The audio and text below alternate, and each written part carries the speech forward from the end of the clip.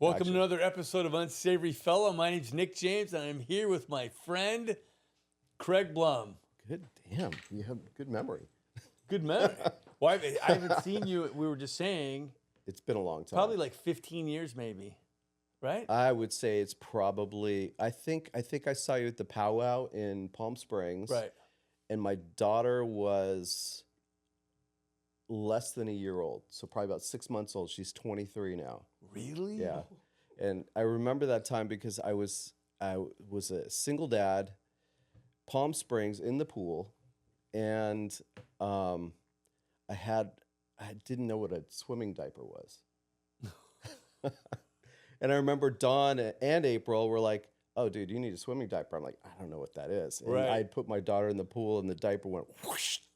And I was like, "Oh, I get it. I need something that, you know." So it was funny, but I totally remember that time. It was It's funny, speaking of that, it just reminded me of the swimming. I never thought it, because I didn't know what it was right. when he was born. And Uh-huh. how old are you, 27? Almost.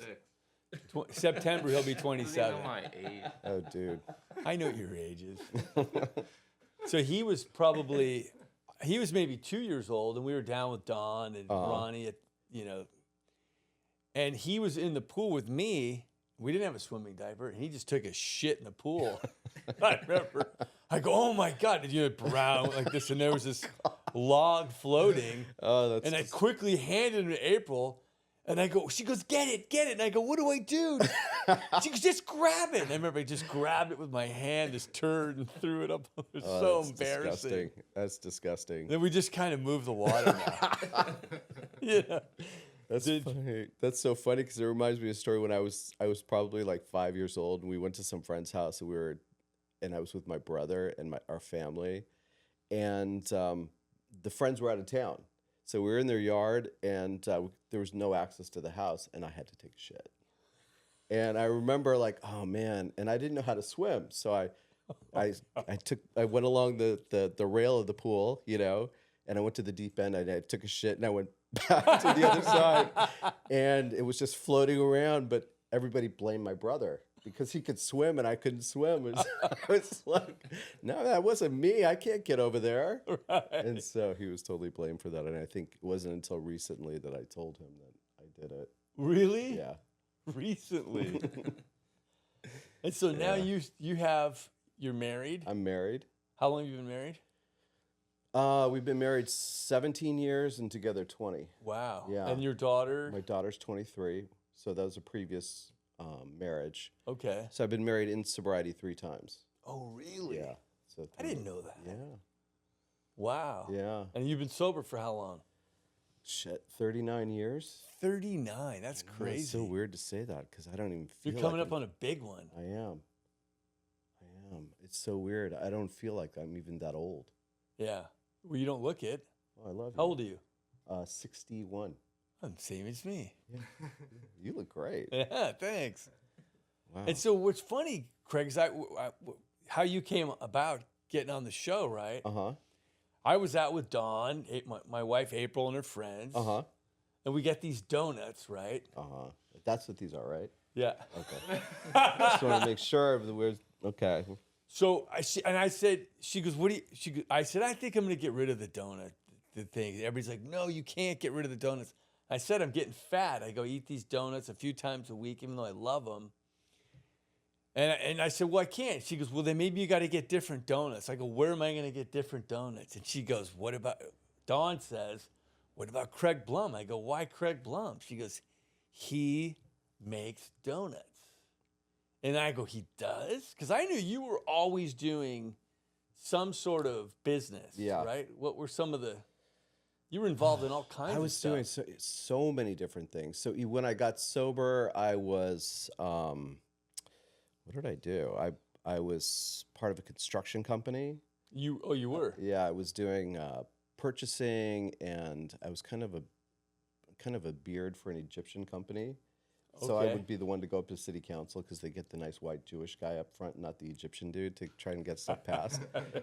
And then I went to go work for Wesco, which was What's that? Stephanie Kane, and it was a door and window company Okay. in West LA over on Pico and Bundy. And then I started my own company, City Sash and Door, and then I got think out I of that. remember that. And didn't April worked for them, for Gary or who? Oh, was it? yes. Yeah. So Gary Drake. Gary Drake. I couldn't even remember his name. Yeah, Gary Drake. Gary Drake. Yeah. And then I went to go manage restaurants, and I loved food. So before I got sober, I worked for the Hard Rock Cafe as part of the opening team for you the did? first U.S. Hard Rock Cafe. When was that? 1982. Wow, that's Yeah. right. So you were young. I You were was just really getting out young. of high school. I was. And I think it was like starting to work there, I realized that was like my calling. Like I Really? loved watching Peter Morton, who owned the Hard Rock. Yeah. I loved watching him go around and how he took care of everybody. So you worked with him. Well, I was, he was like kind of a mentor Yeah. in a way, where I would sit down with him on a weekly basis and just like kind of pick his brain a little bit. Yeah. But I was still in the middle of my disease. I mean, I would be like partying at night, Yeah. you'd work all day, you'd work throughout the day and the night, and then at about 11 or 12 you'd go to the bar. Yeah. And then after the bar you'd go to the after bar, and you'd stay there till like 6 in the morning, and you get home and the crickets are cricketing, and Yeah. and your jaw And is this is like the tight. 80s. This was the So 80s. you had to have some cokey to Yeah, help there was you coke get through. in there. There was. I could only smoke weed if I was drunk, Right. So I'd have to get drunk, then I'd smoke weed, I'd do coke, and you'd have to balance the weed and the coke to stay off the cringe, Yeah. So I just remember and I was young, so I remember going home and sitting in my parents' backyard. My dad's getting ready for work, and I'm like outside, Jones. And That's like, the "Hey, what's worst." up, Dad? Yeah. He's like, "What's up?" He's like, "I'm just going to work." I'm like, "I'm just getting home," I'm all just jacked up. But yeah, so that was like the stimulus that got me into the food business. And was Peter? I remember there was a restaurant that I valet parked at.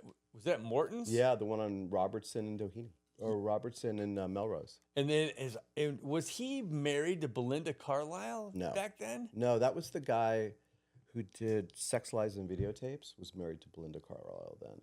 But was he in restaurants? He No. was. He was in restaurants. Maybe he was an investor in Morton's. Okay. He was a movie guy, I think. I can't really remember. Okay. Because I was in restaurants. I was a bartender for 16 years. My wow. first job was a dishwasher, and then a short order cook, and Uh-huh. that was my thing too. I didn't know that was yours. Yeah, totally. Love that was it. your. So when you were working at the Hard Rock, is that where you go, man, I think this is my fit, or did you not know? I wanted to design, and I wanted to build restaurants. Really? I just was always into design. And when I left high school and tried to figure out what I wanted to do, I went to Santa Monica College, and I enrolled in interior design. Okay. And so and as I was getting into that, I started working at Hard Rock, and I just kind of parlayed myself into that, into working in restaurants, and I really enjoyed it a lot. What were you doing in restaurants? Like, what kind of stuff were you doing? Well, then I was just, I was waiting tables, man. Right. But I was kind of like the lead. Yeah. So I was at Hard Rock back then. They didn't have men waiting tables, only busboys. Oh, really? And so I was maybe 19 years old. Yeah. And I was the lead busboy. We had about 20 or 30 busboys. It was the most incredibly run operation you've ever seen, where Wow. someone would leave a table, and as they left, the busters were there, the tables were clean, and then people were already walking up with the new guests. Right. So you had to have the tables cleared in like less than 30 seconds. Yeah. So then we were all on speed, and it was like everybody was high on speed, and we were going into the locker room and grabbing out of the first aid kit Pain-Aids, which had all this caffeine in it. So Yes. you'd do like 15 Remember that. Pain-Aids and a Diet Coke, and you'd be ready for the day. And then and then throughout the day, to take the edge off, the bartenders are making you Long Island iced teas and putting them in iced tea glasses. So you're just kind of like fucked up, and you're just, it started there. Do you remember Stratton's Grill in Westwood? I do remember. I couldn't remember the name of that place forever. That's the one on that little street. Yes. Yes. Down from the theater. Yes. I bartended there Oh, wow. in the late 80s. Yeah. Me and Johnny Knoxville, remember him? Yeah. From Jackass. He was my bar back. And I also sold ecstasy to make a little extra money. Good for you. And we would go there, and and the owner was just like out of his mind, right? He would just sit there and get hammered in a booth and watch us and all of us bartenders, right? And so, but every Thursday night, I turned into ecstasy night.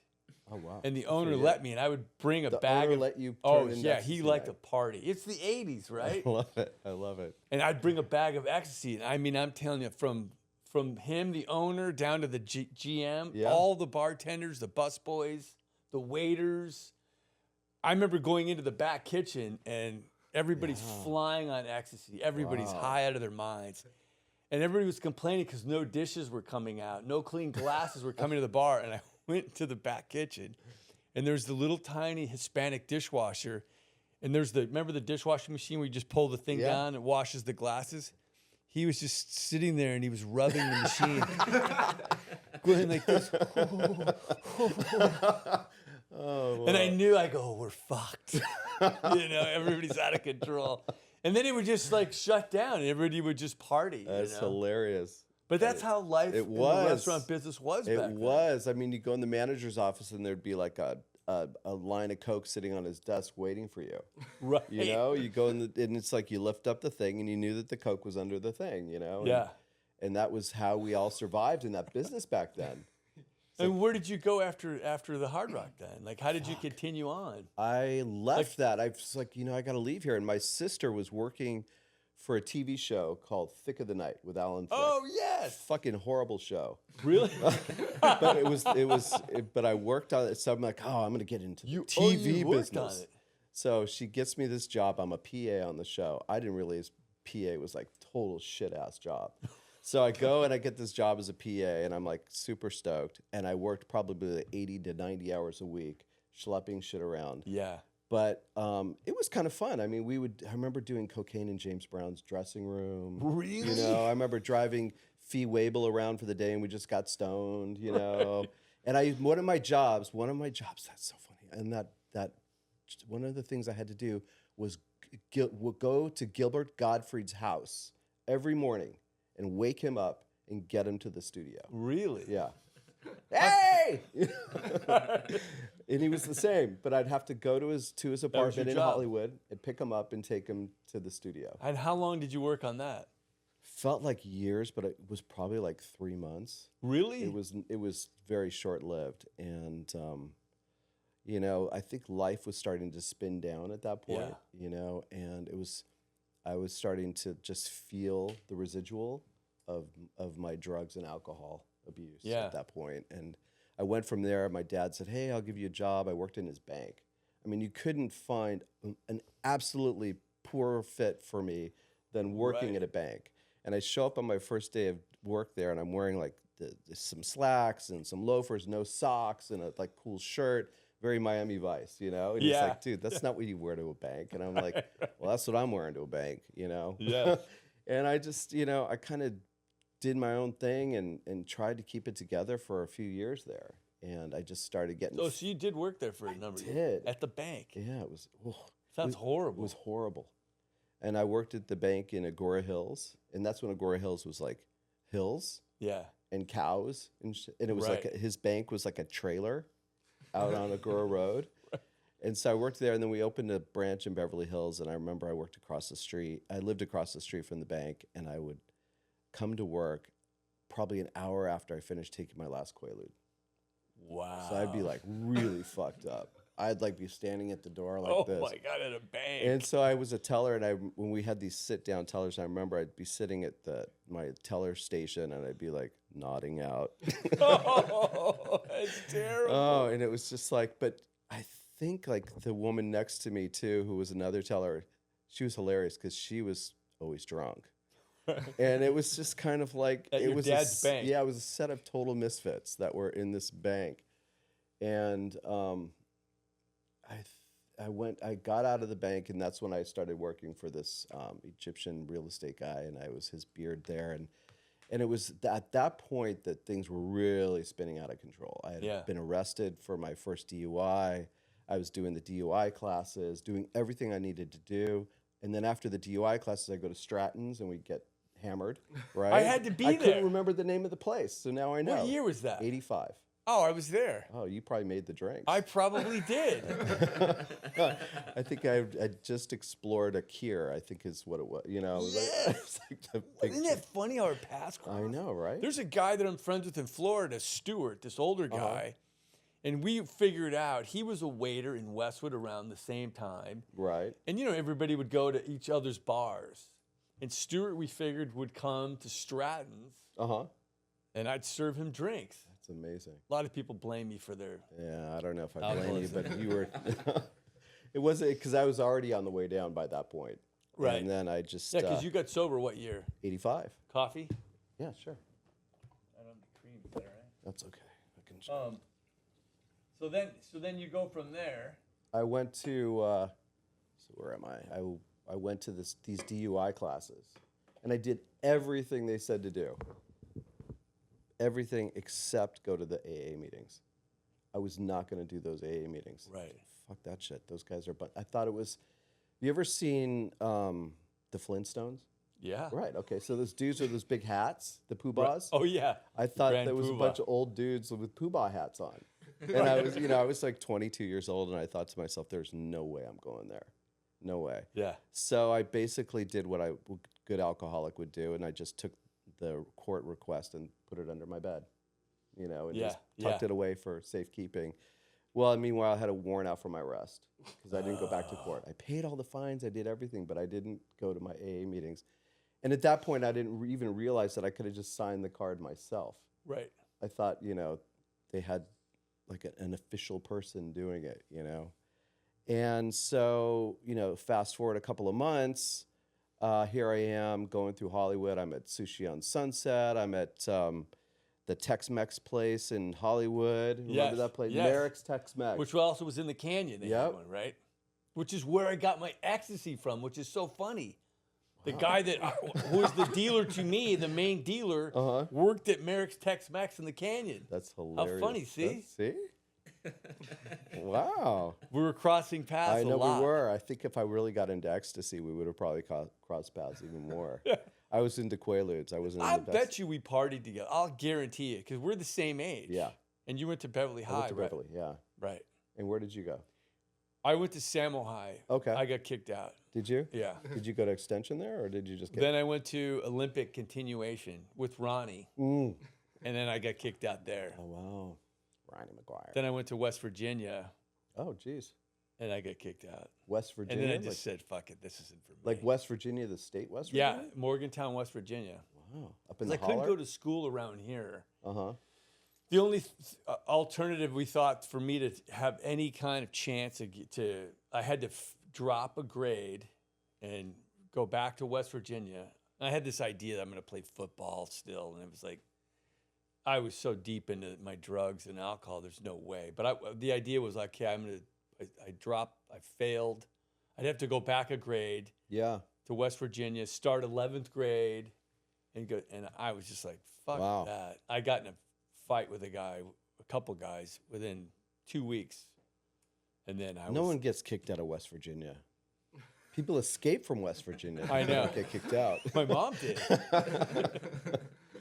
Oh yeah. But that, but so what I'm saying is, which is funny, is I'm sure we probably knew the same people too. Probably. Like, did you ever party with Ronnie? No. No. I was scared of Ronnie. Everybody I saw was. him, when you first get sober, I looked over and I was like, man, that guy's scary. Intense. Intense. Right? He Yeah. had that face. It was Oh, just yeah. like, fuck. Oh yeah, he was gnarly, weird kid. I know, but we ended up being best buds. It was Yeah. cool, It's like he's always been that guy there for me. He's the best. He's super, He's been to he hasn't been to always every of one of my service. weddings, but he's been to most of them.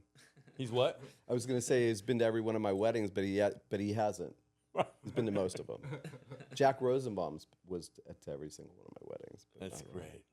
So you go, then to pick up where we were. Oh, so that was kind of like the last night of my drinking. Right. Was kind of going around all these places drinking, because every time I think about it, I'm like, oh yeah, my last drunk, I did tequila, and I was like, wait a minute, no, I was doing sake shooters. No, I was doing, and I realized it was probably all the same night doing all this. Yeah. And had like an 8-ball of cocaine under my front seat.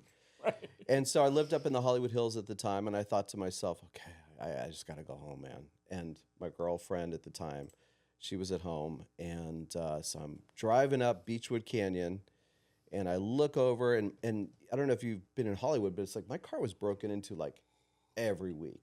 I'd leave the car unlocked. I was doing it. Right? So I'm driving up the road, and it's like 2 a.m. I see a police officer pulling someone over. And I was like, and so I started honking my horn, like, dude, yeah, give the guy a fucking ticket, man. You were doing that? Yeah, I was like, and I'm like, oh, fuck. And after I said that, I was like, I think that was a bad move. Oh, wow. Right? So I turned off my lights, and I headed down the alleyways, and then I got into my driveway. And it was like, next thing you knew, my head was smashed up against the hood of the police car, and I was on my way back to jail. And I remember in my thinking, I was like, well, just lie to him, because I didn't want to show my driver's license, because I knew I had a warrant out for my arrest for my previous DUI. So he's like, I'm like, but I live right here, you know? And he's like, you do? And I'm like, yeah, I live right here. And just let me go, you know? And you can see the curtain was open in my apartment. And my girlfriend is looking out, and I'm like, I live right here, and you see the curtain just close. Oh, no. Right? Yeah. And so he's like, well, let's just give you a breathalyzer. I'm like, oh, I can't do that. I have asthma, you know? And he's like, well, dude, he goes, I know. I'm like, I can't. He goes, come on, just, I'm like, oh, I can't do it. So they go, we'll take you down to Hollywood Station. So they took me down to Hollywood Station to do a pee test, right? And I'm thinking to myself, they had a sensor in the toilet. So when they weren't looking, I was peeing on the floor, so they wouldn't be able to get my blood alcohol content. And then they're like, well, you know, if you can't pee, we're going to take you downtown to the main station, and we're going to draw your blood. Right. And so I'm like, oh shit. And so I'm in the back of the police car. They're driving me downtown. And the first thought in my mind was, okay, now if I kick this cop in the head from the back seat here, he's going to smash the car into the center divider, right? And I can make a run for it, right? On the 101, handcuffed. Oh, my God. At like 2 a.m, right? Like that's a sight. But it was like after that thought, the next thought was like, what would it be like if I just surrendered? Wow. Like to stop the bullshit. Look at your thought process, though, like the alcoholic thought process. You had this grand plan, right? Yeah. That was your first thought. If I could kick this cop in the back of the head and smash the car and make a run for it. Right? That's how we think. I didn't know the doors didn't even open up from the inside. I would have been stuck in the back seat. But, you know, to that point, it was like, I always got away with shit. Yeah. I always, like everything I did, I remember stealing a moped when I was like in 7th grade, and it was sitting there, and the cops came after me. I left it on the side of the street, and I called the police and said my house was being robbed right down the street from me. So all the cops left the moped. Wow. And I took it and I hid it and sold it, you know, and it was like, I was always manipulating and finding ways to get through the system. And it was at that moment, like a definitive moment in my mind was like, what would it be like to just stop? Wow. And it was that moment that This is in the cop car. the backseat of the police car. Dude, we have a very similar, but go on. Really? Okay. Yeah. I was, and it was literally, it was like at that moment I realized I was fucked. Mm-hmm. And I had to deal with being fucked. Yeah. And so I went to the my attorney's office the next day after I was bailed out, and he's like, dude, you're an alcoholic. Your attorney told you. Yeah. And he goes, you need to go to some AA meetings. And I was, like, fuck you. You don't know me. And he hooked me up with a guy, this guy, I think Mark.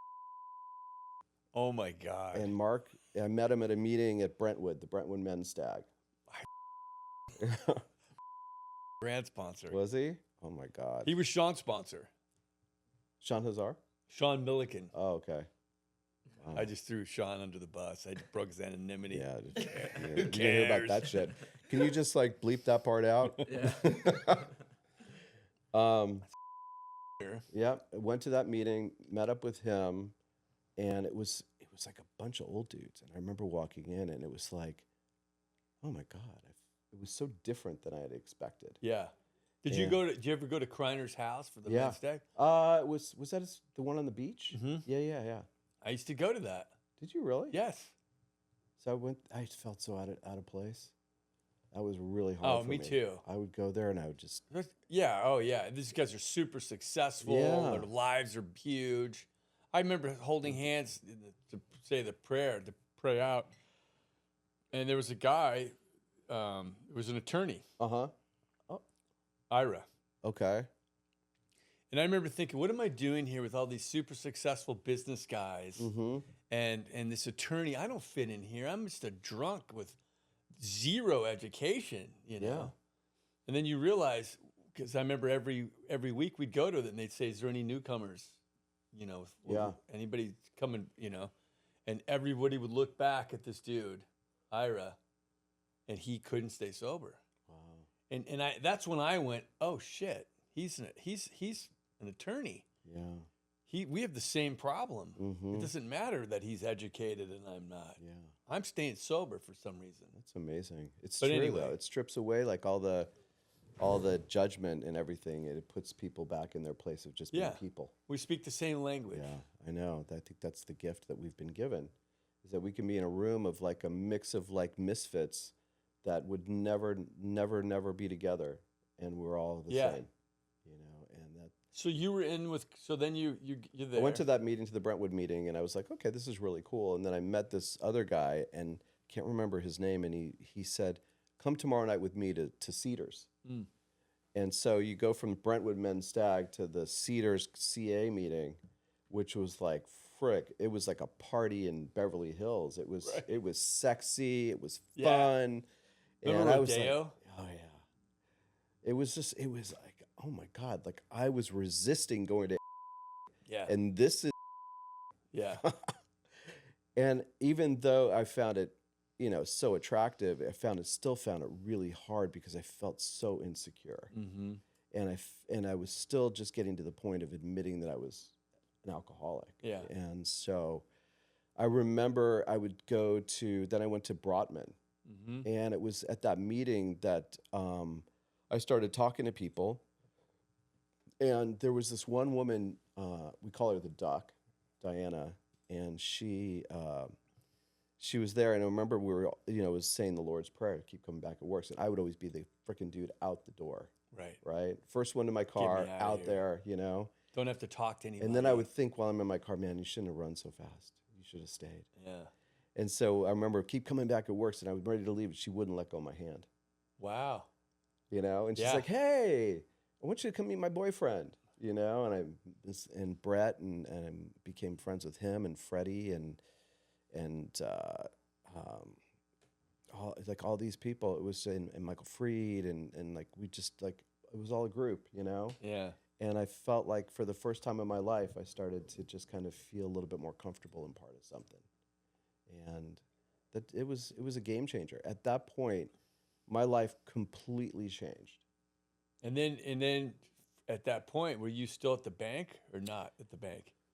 No, I was working for the Egyptian guy, and then that's right. And I left there. So when you got sober, you were with the Egyptian guy. Yeah. Okay. And I basically, after I was sober about 10 days, I went to court and say, hey, Judge, I'm sober now. Be nice to me, kind of thing. He's like, yeah, I'll be nice to you. He remanded me right then and there. Wow. So I left the office. I'm wearing a nice linen suit. I'm like doing the whole thing. Miami Vice, right? Suit. Totally. And so here I am in the back of downtown courthouse. Right. I've ever been in the back of the downtown courthouse in the jail cell thing there, but there's like Unsavory Fellows. Oh, totally. All over the place, you know. Yeah. Like there's like a dude with like eating a ham sandwich with his head over the toilet, you know, and here I am going, oh my God, what the fuck? What am I doing here? And they took my shoes, my belt, my tie, and the whole bit, and I find myself shackled to another guy on that black and white bus. Getting on the bus. Oh man, I was like, I always saw the outside of this bus, but I never saw the inside of this bus. That's the worst feeling. Yeah, but you know, if it's throw on your the chain over list, your shoulders so you can all sit down. It was crazy. Oh man, it was so fucking crazy. And I remember the guy sitting next to me goes, "Have you ever been here before?" And that was a moment. Have you ever been here before? I said, Yeah. no. He said, follow me. Wow. I'll take care of you. And so I did. And did he? Yeah. I had a completely different He was experience. it was like arms against the wall in here, did it. And it took the fear out of it for me so much.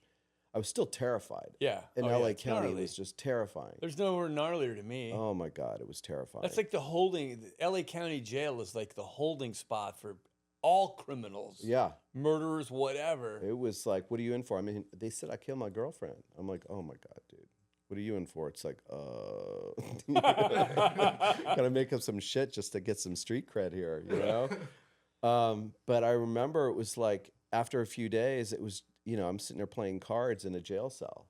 And it was, remember, it was like 4,000 or 5,000 people in a jail building that holds like 2. Yeah. So you're sleeping on the cafeteria table. Yeah. There's a cell that holds. LA County at the time was way overcrowded. Yep. And they would, because I remember getting released. You could get released. I remember at 2:00 in the morning because they were so overcrowded. They would just release people. You wouldn't even serve your full sentence. No, they cut you loose, and they cut you loose like right now you're loose. Yes. And then it takes about another 8 hours to get through the process. Yes. But when they open the jail cell, you got to run fast because dudes on the top are trying to throw water at you. So you're wet through the whole like release process.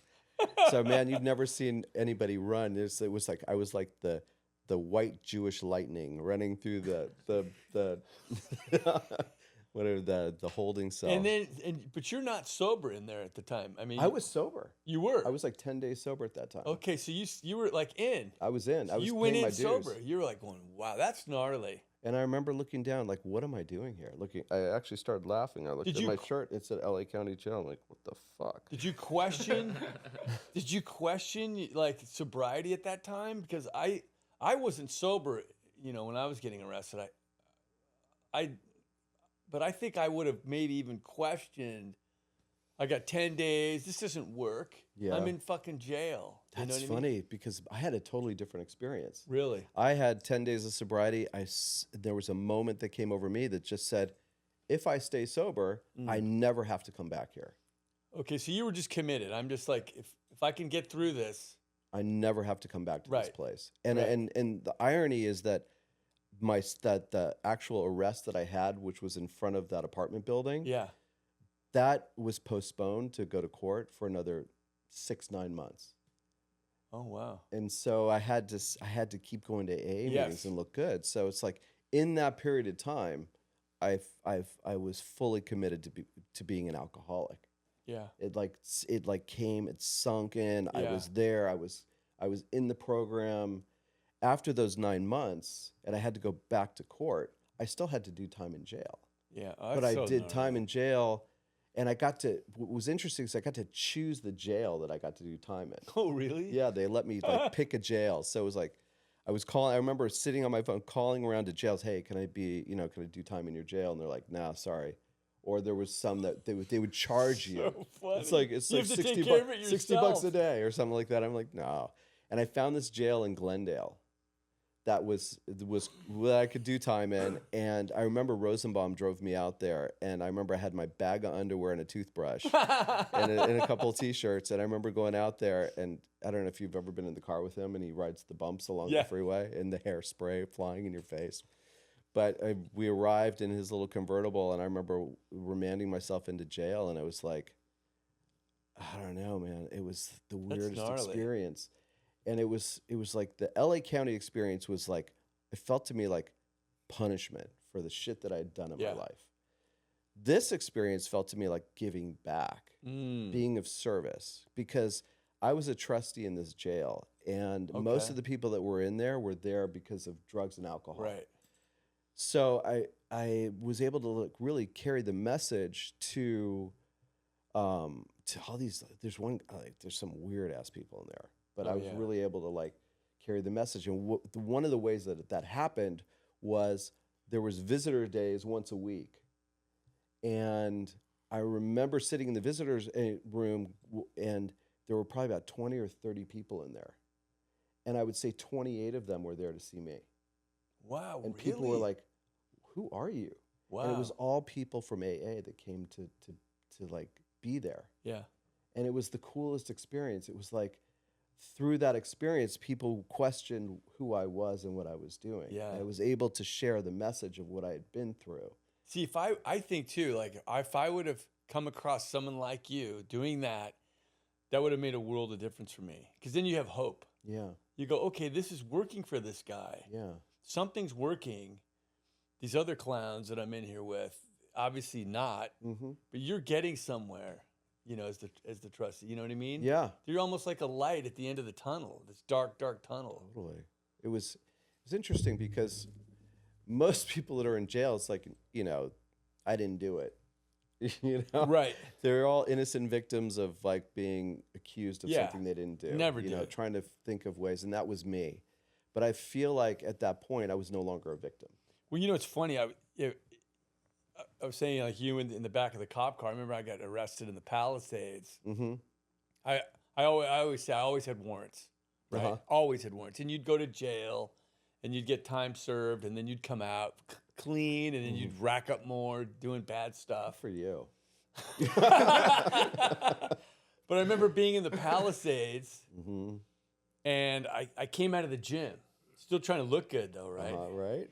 And An I- outside job, as they Yeah. say, right? And I come out of the gym, and I saw these cops parked way down the street, right? And I go, and you know, you always think it's you because you're always doing bad things. Uh-huh. More than likely, they're sitting there waiting for you.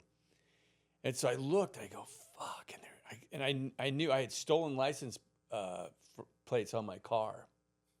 Because I didn't have a driver's license. They took my license away. And I go, shit. And I thought, don't go to the car. And I walked around the corner of the Palisades. I got a slice of pizza. I thought, I'll eat this pizza and they'll be gone. They were Yeah. still there. I waited another hour, 2 hours, they were there. I finally said, I got to go. I got to get in my car. And I got in my car. And as soon as I started it, woo, Oh, shit. they were waiting for me. Oh, wow. And what's funny is they said, you know, when I got in the car with them, kind of like your experience, he said, you know, why don't you tell me about these plates? And they were putting me up against the car like you in my head. I go, what do you mean the plates? He goes, these aren't your plates. And I go, yeah, they are. And he goes, no, they're not. Why don't you tell me where you got these plates? And I lied and I said, well, you know what? I go, I don't know. I go, maybe they're not. I go, my friend used my car over the weekend. I go, maybe he did something. And he goes, you're lying, man. He goes, you're lying. He goes, stop lying. Wow. And he goes, why don't you just start telling the truth for once in your life, right? And I go, I'm not lying. He goes, you know what, dude? He goes, all right, put your hands behind your back. I go, wait a minute. He goes, if you just tell us the truth, he goes, everything will be okay. And I go, like what? He goes, about these plates. I go, okay. I go, if I tell you about these plates, I go, you're going to let me go? Right. Right. He goes, why do you say that? I go, because I heard that if you're a police officer, it's against the law for you to lie. And I go, so you can't lie. And he goes, if you tell me the truth, he goes, the total truth, he goes, we'll let you go. And I go, okay, I stole the plates from my boss's car. And he goes, you have the right to remain silent. Cuffed me and threw me in the car. But the most amazing thing was, that was the first time, by me saying the plate, that I had told the truth in years. Wow. And I remember being in the back of the car riding, and then he goes, tell me more, man. Tell me some other stuff. And this guy pulled it out of me. Wow. And you know, and he said, I told him all my, he goes, you got a whole string of warrants. Tell me all of them. I did this and I admitted to all of them, and I felt fantastic. Wow. Most freeing experience. I didn't get sober after that, but it wasn't long after that. Yeah. But that was the first time, Yeah. a first surrender for me, I think, you know. Wow. Did you ever like see that cop again anywhere? You want to know what's funny? Yeah. It's funny that you asked that. I was sharing that story at a meeting. This is probably 10 years ago. I was a speaker at the meeting, and then they opened it up for sharing. And this guy raised his hand in the back, and he goes, God, I get choked up. Yeah.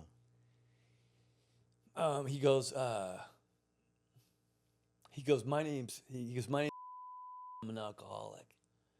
He goes, that was me who arrested you. And he was a cop. And he goes, and I arrested you more than one time. And he started naming all the places, and it actually became funny. He goes, I arrested you in front of the Mucky Duck. And I go, yeah. Wow. And it was just incredible. And this cop was trying to get sober. And we became friends, because what a God shot miracle that this is who I connect with. The guy that used to arrest me is now trying to get sober. And the guy would go in and out, and he just couldn't stay sober. And he was the sweetest guy in the world. And he ended up hanging himself last year. Just couldn't get it. Could not get it. And he just, we would see that. It was like one of these guys, just I don't know why, but it just didn't, work out for him. Yeah. And he had all these things, these That's two amazing. beautiful boys that both of them played professional baseball. I mean, this big life, but he couldn't get it. I don't know why, but it's amazing. It's like, why do some people get it and some people don't? yeah. But what a miracle he planted the seed, and that's what's so funny. That's the first time I was ever honest was with this guy, and then he's in the room. That's amazing. But anyway, let's go But back to you. I had an experience similar to that. After I got sober, I was at a restaurant, and I was with a bunch of sober people. And I was probably 2 years sober at the time. And I looked over, and I'm like, oh, fuck, that's Judge Sandoval. That's the dude who threw me in jail. Wow. And so I was like, oh my God. And I was in my mind saying, turn and go the other way. Right? And I don't remember who it was, but they were like, no, you got to go talk to him. And he was like at a table with like 8 or 10 people. He was sitting at the head of the table. I totally remember this. Like, no, you got to go talk to him. So I went over to the table and I said, excuse me. I was terrified, terrified. Totally. Are you Judge Sandoval? And you could see like he'd like gulp, he was like, yeah. I'm like, you threw me in jail a few years ago. And you could see like he's thinking I'm going to pull out a revolver, And it's turn, I was like, I just want to thank you. I've been sober for 2 years now, and it changed my life. Wow. And you could see like that emotional experience for him, like him welling up and me welling up at that moment, because there was like this true, like intimate moment that I was able to share with this guy, how he changed my life.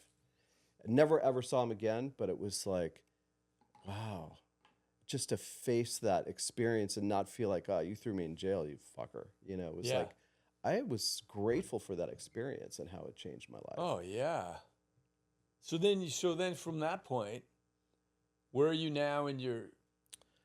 From that point on, I mean, it was like, and in 1990, I mean, fast forward, I was managing restaurants in Los Angeles. So you went back into restaurants then? I did. Okay, so you went from Planet Hollywood. From Hard Rock. I mean, from Hard Rock to the windows. To the windows, to the walls. Egyptian. No, just kidding. I sometimes break out into song. I can't help it. So, yeah. And then you go back into restaurants. Got back. It was the manager of Hard Rock who used to leave the cocaine under the mat. Yeah. He ended up getting sober. Wow. And he went merged with the guy who was the manager of Chin Chin. Oh yeah. And started a restaurant group called Chopsticks. I remember that. Okay, so then I went to Chopsticks and became a waiter there. I just wanted to wait tables. It's the hardest job in the whole restaurant. It is. It's the greatest job. I loved waiting tables. I couldn't handle it. I loved it. I loved it. You have to be so. I always tell people, because I was always a bartender, right? Mm-hmm. And there's the chef, and then there's the bartender. And I can always get rid of you with a drink. You know what I mean? Yeah. But you are relying upon me to get my drinks out for you, because you're the face at the table. So if I'm fucking up, it's on you. If the kitchen's fucking up, it's on you. Exactly. You're taking all the heat. Totally. That's like, I can't believe that. I could not pull that off. I loved it. You have to have some sort of be able to think under pressure, the organization. That's my skill. that's the one thing I got from, they always say where you're most wounded, you're most successful. Yeah. And I would say that my life as a kid was extremely chaotic. Right. My dad was an alcoholic. My stepmother was an alcoholic. Oh, It really? was freaking nuts in the house. My mom's best friend became my stepmother. So you can kind of figure out that there was some shit going on there. And, I just grew up in so much chaos and really tried to keep it together. Yeah. So one of my strengths to this day is that shit could be flying around, and I You can just stay tell him calm. it's time. Oh, Keep him okay. in track on time. I'm like, oh shit, am I talking too much? No. Anyhow, so I think that was my strength, and Yeah. that's where I was really good at waiting tables because I could be calm under pressure, and that's what made me a really good manager of restaurants as well. Was because I could totally stay calm when the shit hit the fan, and I really enjoyed taking care of people. Yeah.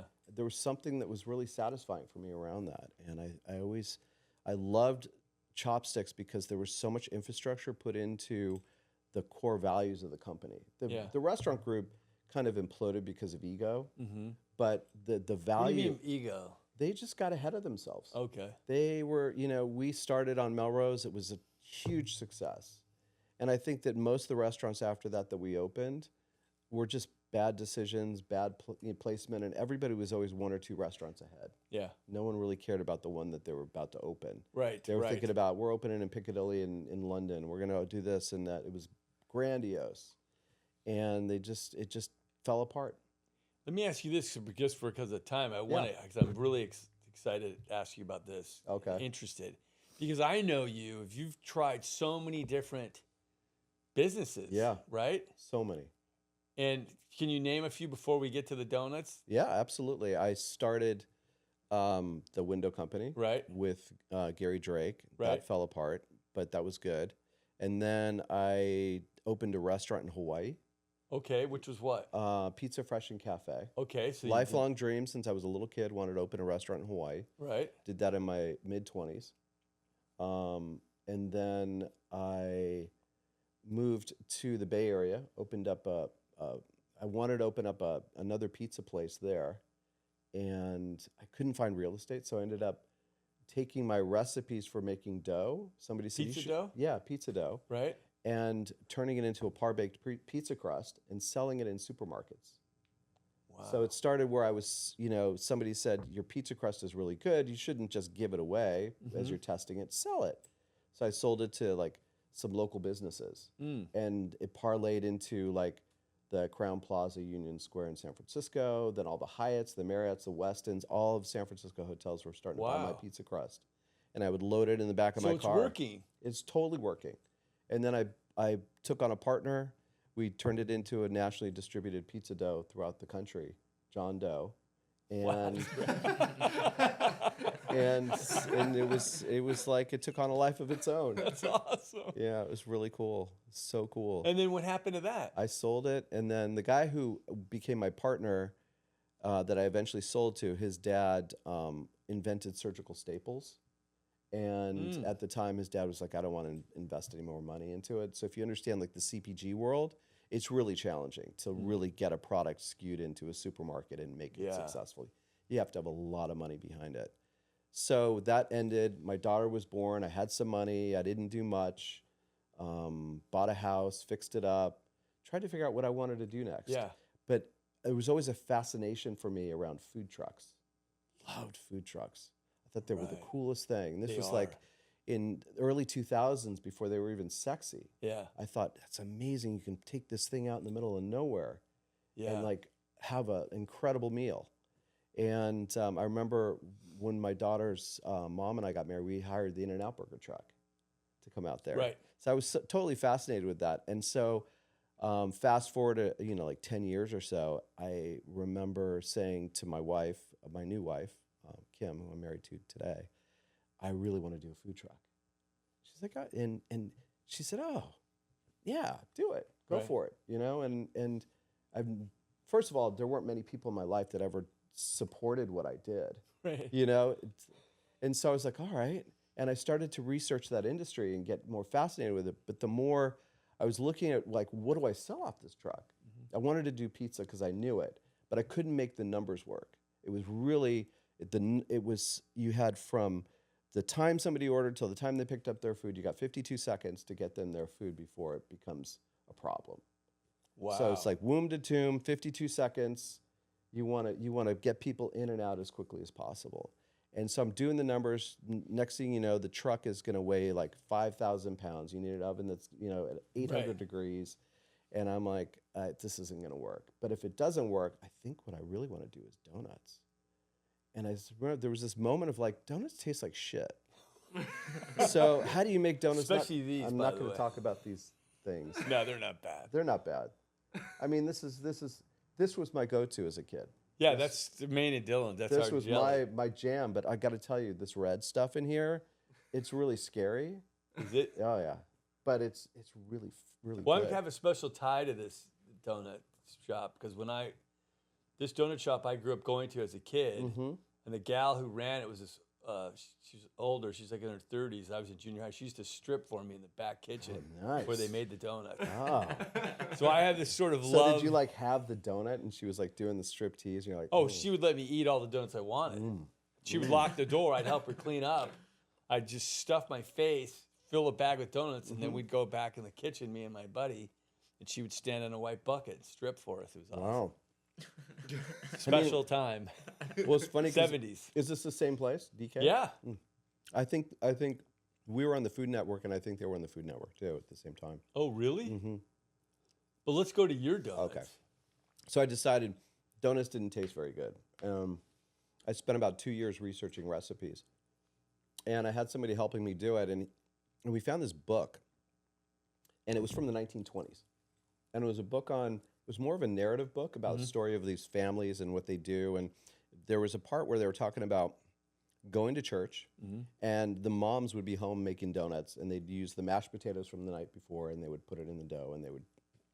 But then you don't that's not how it's normally done. Is it with mashed potatoes? The potato in the dough is probably a southern thing. So it's not normal, right? It's not normal. Okay. And so these Like were, there's no potatoes in these donuts. no, there's right? no potato in that donut. But what I found by doing that, I found that we tried this recipe and I was like, what the fuck? This is really good. And this was after researching tons of recipes. So we started playing with this recipe with fresh potato in the dough. And it was amazing. And this became our signature donut. And then, again, researching recipes for old fashions. I don't know if you like old fashioned donuts. Yeah. But ours knock your fucking socks off. Really? They're so good because it's not from like a thing where you're spinning the thing and the donut drops into the dropper. Our bakers are back there like scooping the dough, shaping the dough, putting it on screens. It's like almost like a cookie dough. Right. And it has nutmeg and ginger and allspice in the dough.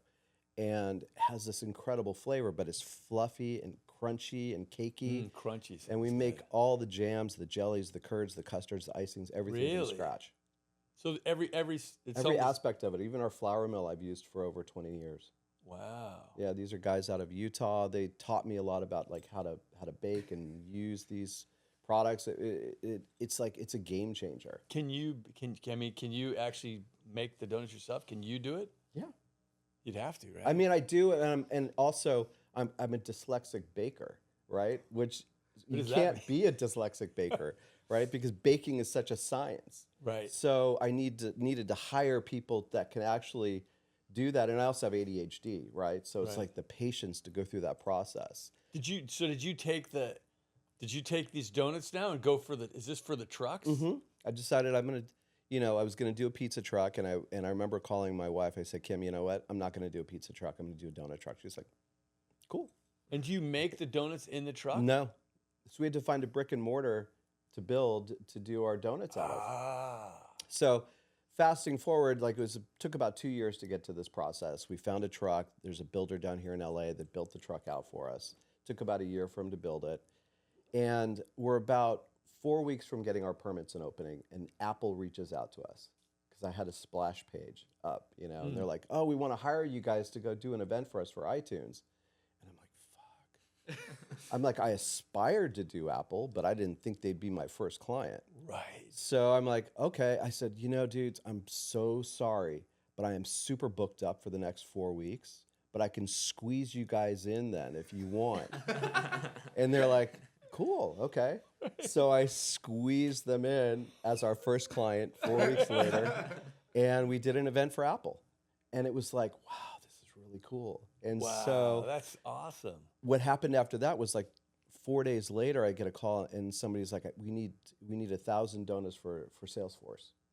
Can you do it? I'm like, absolutely. And I didn't. 1,000. 1,000 donuts for Salesforce. And I'm like, absolutely, I could do that. So we did Salesforce, like 4 days, 5 days later. Then Airbnb. And you're making these where then? In our kitchen in San Rafael, in Marin. And we're making the donuts. And how big's the kitchen? The whole, it was like a built-out restaurant space. It was about 1,200 square feet. Tiny little kitchen back there, tiny.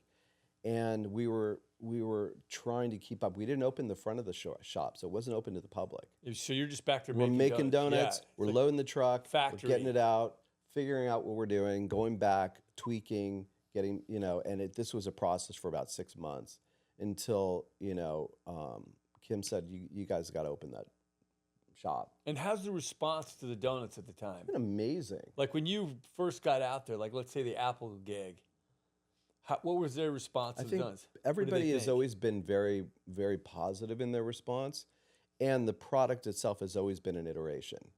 We're 12 years into this process, right? And I think we finally got to a place where our donuts, I think, are unbelievable. Yeah. And I think it's taken a long time to get to that place. Right. They've always been really good. I mean, Food Network, we were about 3 years old, and they did a top 5 donut shops in the country, and we made number 3. No way. Yeah. That's crazy. Yeah, That's amazing. It was amazing because we were in the queue with Donut Vault out of Chicago, which is a really great place, and Dough out of New York, and we were number 3. Wow, how did that feel? It was unbelievable. Right?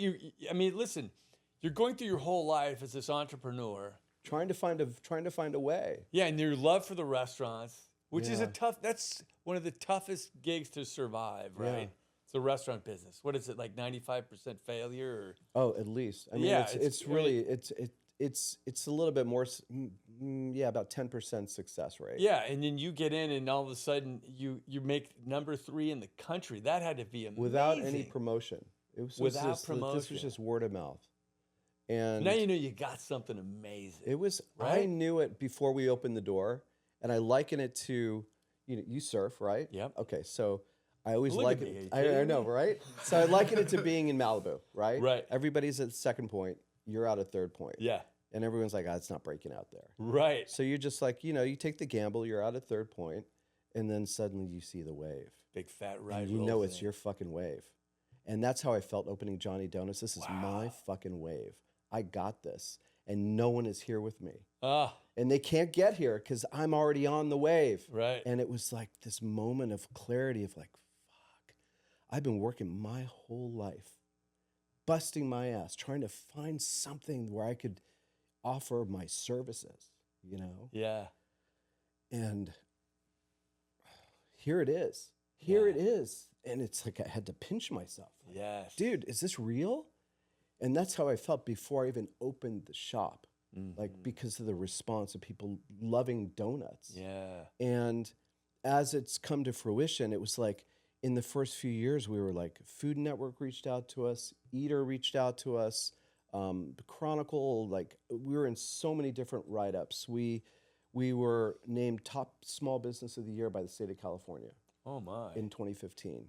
Our state assemblyman had me up in Sacramento and gave me a plaque. Wow. It was like in 2017 I was in a movie with Denzel Washington. Oh, that's right. Yeah. Say tell them what the movie was. It was Roman Israel Esquire. Have you guys seen this? Oh, you got to see it. First of all, it's a great movie. 1 hour in, you'll see the truck. But it was And you were in the truck. I was in the truck.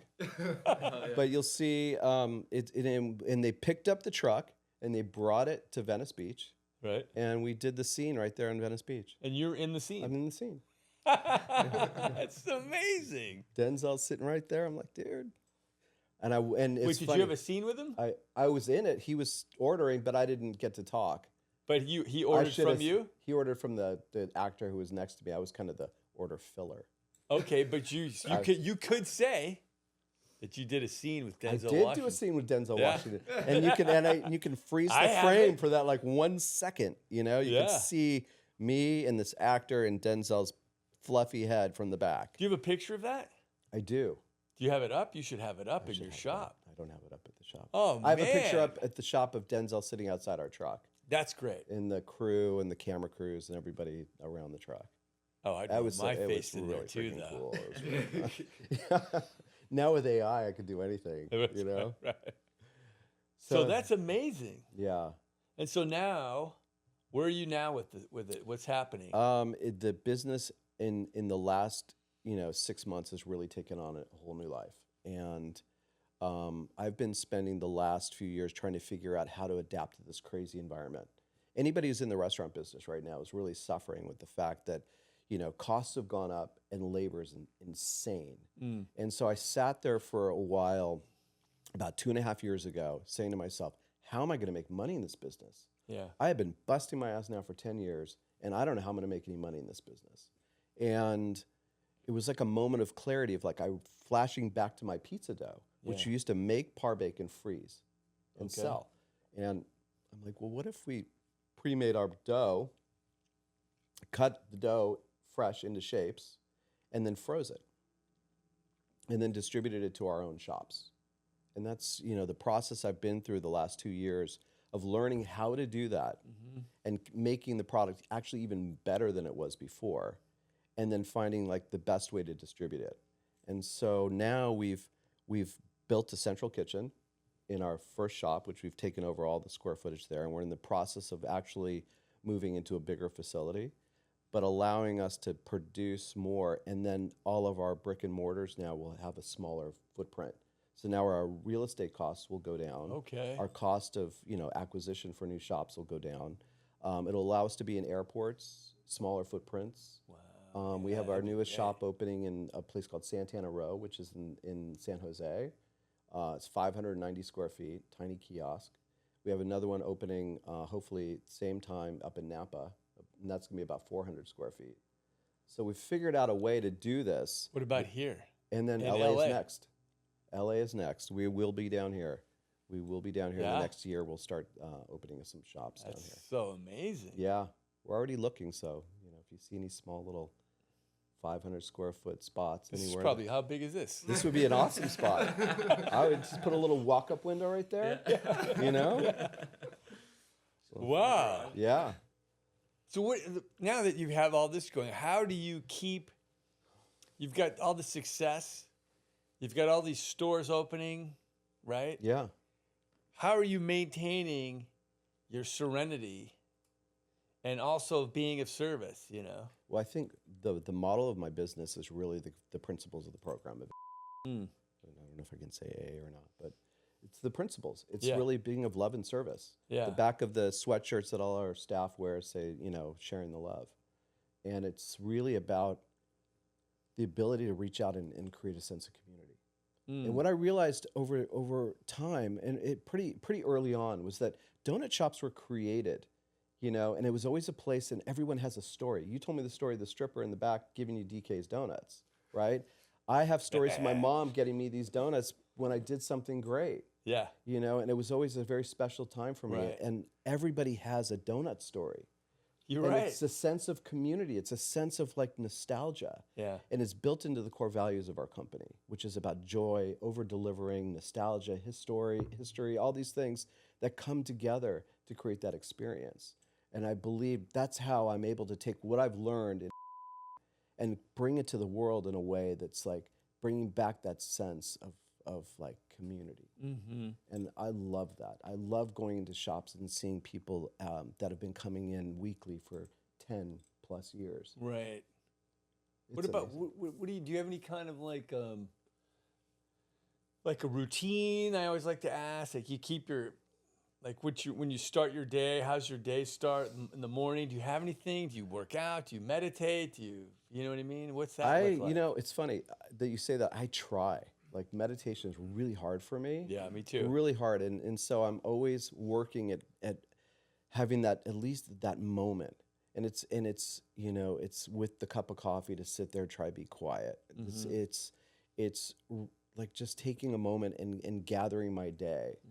Those are the times where I feel the most power in my life. It's when I run out of the room before I do that, where I feel a little bit more scattered. I feel also that, over the years, I didn't understand so much about why I did what I did. And my son, who's now 14, is ADHD. And ironically, through the process of diagnosing him, I realized I had ADHD. And I was all over the fucking map. I mean, it was just like squirrel, squirrel, squirrel, it just, and through that process, I've learned, and now I'm learning how to like deal with my own issues around that and how to be more grounded and be more peaceful. And so I think as I get older, I'm just learning how to have a better relationship with myself and feel more deserving of having the successes that I have instead of fear of losing it. Oh, look at that. Instead of the fear of losing it, yeah. How do I stay in the moment? If you're enjoying this, exactly. How do I stay in the moment where, like, I've got an amazing relationship today with not only with my wife, but my higher power, I've got 2 amazing kids. My son's 14. He's a gymnast. Wow, he exciting. competes, and he's, and he just medaled last week in the Western Regionals. Whoa. Yeah. So Big there's stuff. amazing. And then my daughter, graduating USC next week, has her dream job. She's an instructor at Barry's Boot Camp, and lives here in Venice. And so my kids are great. My wife is amazing. She's actually down here now being of service to the people in the Palisades. And she's part of the rebuild process, and she's heading up a home builder down here and helping to rebuild. So it's like, there's so much amazing abundance in my life today, and my life is moving really fast. And so just trying to stay grounded. Was there a way that you stay grounded? Like, how do you stay in that gratitude? Because I don't know, I feel in like the moment. You talked about staying in the moment. Is there anything that you... I think the moment. How do I stay in the moment? Yeah. It's 39 years of sobriety being built into my DNA to know in that moment, it's like I have to enjoy the moment.